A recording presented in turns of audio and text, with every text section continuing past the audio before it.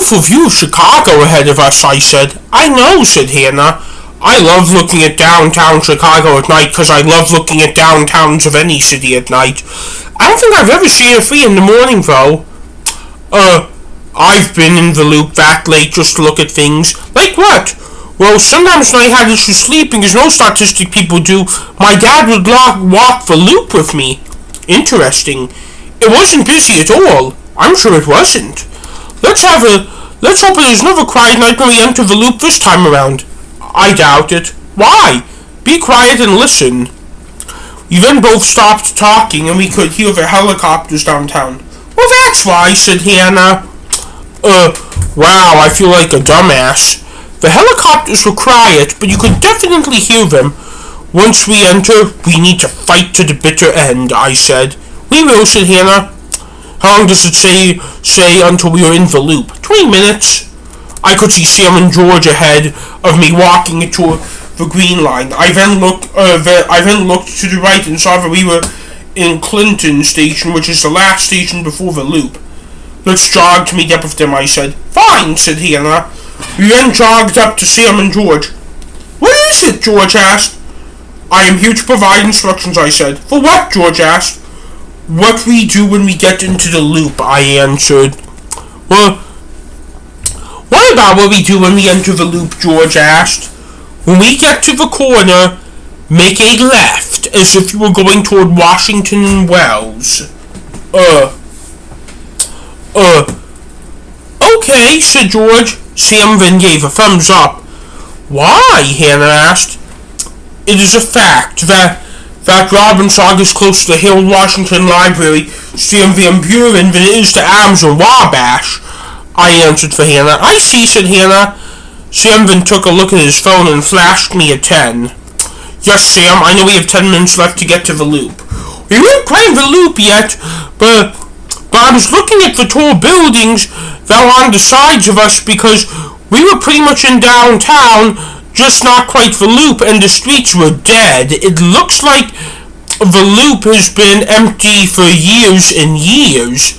This looks creepy, said George. What does? I asked. The loop, answered George. I can see where he is coming from, said Hannah.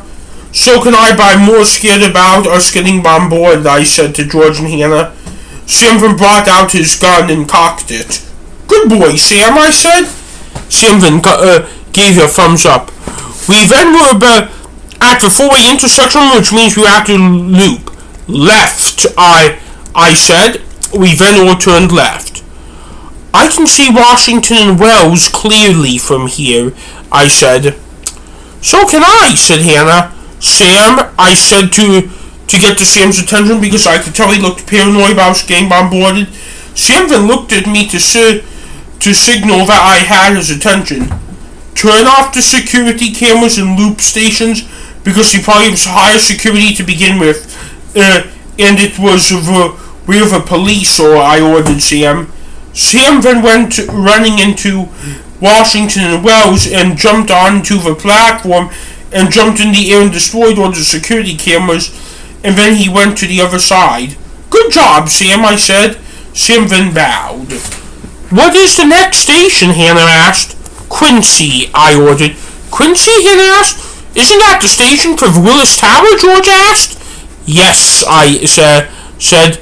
Just then an idea popped in my head in case we were bombarded because I know what the safe route is. We may have one more stop before Robbinsog, I said. What is it? George asked. May is the key word. We may not need to stop there in the end unless we get bombarded, so I don't want to say it out loud, I answered to George. Okay, said George. We then left Washington and Wells. Quincy, 750 feet ahead. The streets of Chicago were still empty and there was nothing to worry about. I'm scared, said George. Why? I asked. Because this seems too good to be true, said George. Thank you for scaring me too, I said. Oh, sorry, said George. It is fine, we just must be careful.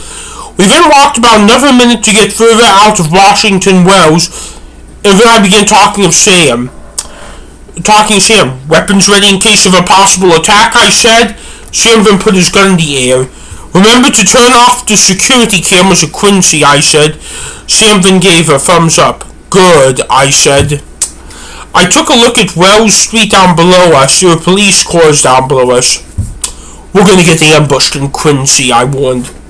How do you know that? George asked. Look below us. George looked below us. I'm scared, said George. Get ready to fight. In 3, Sam cocked his gun.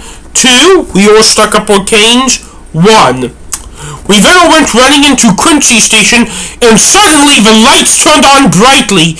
This is it! The fight of our lives! I screamed at the top of my lungs.